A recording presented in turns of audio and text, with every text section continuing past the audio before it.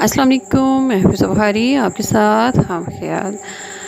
محمد خالد کے ہاتھوں ایک قادیانی کے قتل کے بعد آج کل پھر قادیانیوں کو ڈسکس کیا جا رہا ہے۔ جماعت احمدیہ کا عقیدہ کیا ہے؟ قادیانی مرزا غلام احمد کو غیر تشریعی امتی نبی ماننے والا گروہ ہے۔ قادیانی عقیدہ کیا ہے؟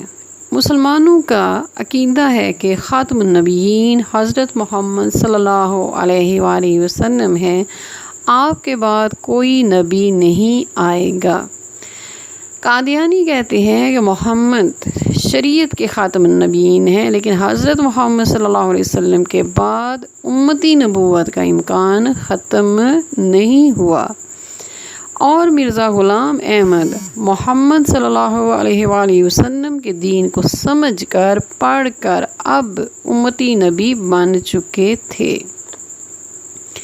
مرزا غلام احمد بانی جماعت احمدیہ کے قادیانیوں کے عقیدے کے مطابق مسیح موعود ہیں اور امام مہدی بھی ہیں، جبکہ مسلمانوں کا احادیث مبارکہ کی روشنی کے مطابق دو مختلف شخصیات ہیں۔ مرزا غلام احمد قادیانی کا عقیدہ ہے کہ اس زمانے میں جہاد بالسیف نہیں، جہاد بالقلم کی ضرورت ہے۔ اس کا کہنا تھا کہ حضرت محمد صلی اللہ علیہ وآلہ وسلم کا تلوار اٹھانا محض اپنے مفاد کے لیے تھا یا پھر دفاع کے لیے تھا۔ مرزا غلام احمد قادیانی کون تھے؟ مرزا غلام احمد متحدہ ہندوستان کے گاؤں قادیان سے اس کا تعلق تھا۔ مرزا غلام احمد قادیانی فروری 1835 میں پیدا ہوا اور 1908 میں انتقال کر گیا۔ احمدیہ جماعت قادیانی 1889 میں مرزا غلام احمد نے لدھیانہ شہر انڈیا میں قائم کی۔ 23 مارچ 1889 میں اس نے لدھیانہ میں باقاعدہ بیعت لے کر ایک جماعت کی بنیاد رکھی۔ اس دن 40 افراد نے اس کی بیعت کی۔ پہلی بیعت اس کے نزدیکی دوست اور معاون حکیم نور الدین تھا۔ 1891 میں مرزا غلام احمد نے مسیح موعود اور پھر امام مہدی ہونے کا دعویٰ بھی کیا۔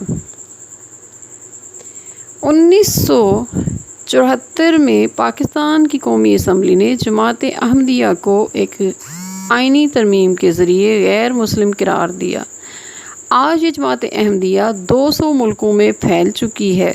اس وقت اس جماعت کے خلیفہ کا نام مرزا مسرور احمد ہے، جبکہ ان کے پیروکاروں کی تعداد 1 سے 2 کروڑ کے درمیان ہے، جو کہ دنیا بھر میں پھیل چکی ہوئی ہے۔